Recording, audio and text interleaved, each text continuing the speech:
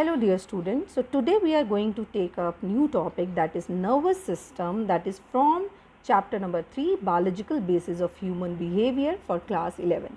Now what is nervous system? It controls the function of every system. It communicates with the bodily system in order to coordinate performance and to provide the needs of the body from moment to moment. It receives information and produces a meaningful quick output, and it quickly sorts through our memory bank, decides the probable meaning of input, integrates the information and provides a quick response. So nervous system controls and integrates all other body systems and functions. Now this nervous system is divided into whole structure. So nervous system is divided into two parts. One is central nervous system, that is CNS, and other is PNS, that is peripheral nervous system. Central nervous system is divided into two again, that is brain and spinal cord, and this peripheral nervous system is divided into two, that is somatic nervous system, which controls the voluntary muscles, and autonomic nervous system that controls the involuntary body functions. And again this autonomic nervous system divided into sympathetic and parasympathetic nervous system.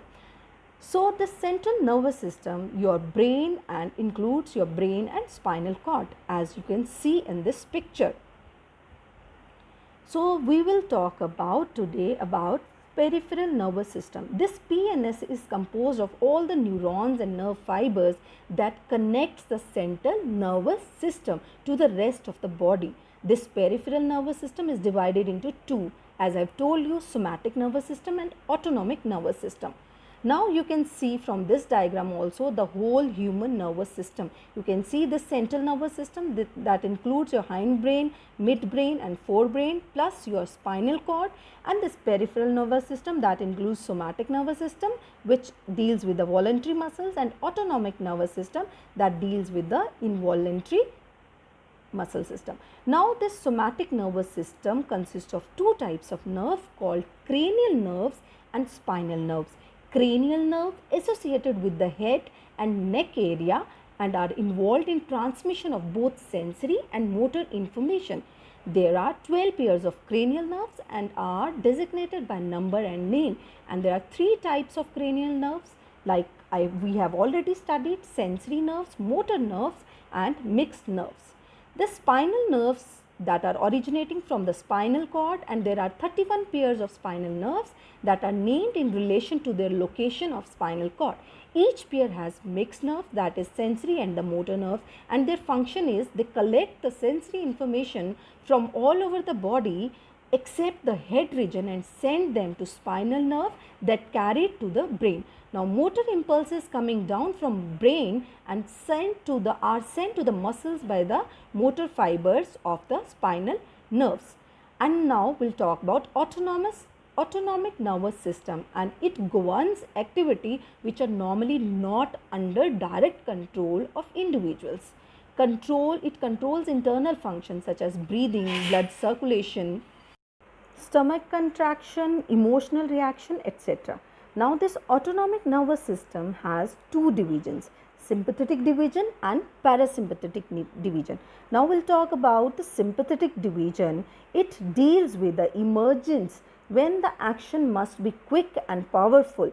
Then it is a fight or flight response. It releases the hormones and it increases the heart rate and blood pressure. It increases blood flow to skeletal muscles. It inhibits your digestive functions. It increases your blood sugar level, and all these functions are of sympathetic nervous system.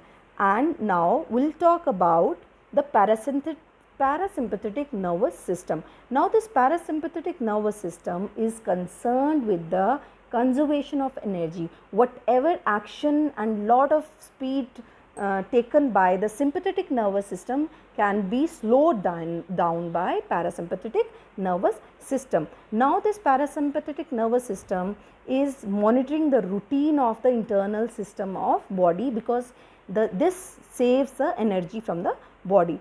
Now this is like rest and digest system, and it calms body to conserve and maintain energy, and when emergency is over, it deaccelerates the sympathetic activation and calms down individual to normal conditions. It lowers the heartbeat, its breathing rate and the blood pressure. So these are the function of parasympathetic and sympathetic nervous system. Now like you can see in this table that sympathetic division is kind of arousing, give you a flight or fight, and parasympathetic division is a calming, it calms everything. Like sympathetic nervous system, it whenever there is dilation of pupil it is there, but parasympathetic it is contracting the pupil, then salivation decreases, here it increases, skin perspires, then here it is dries, then respiration increases, here in parasympathetic it is decreases, it heartbeat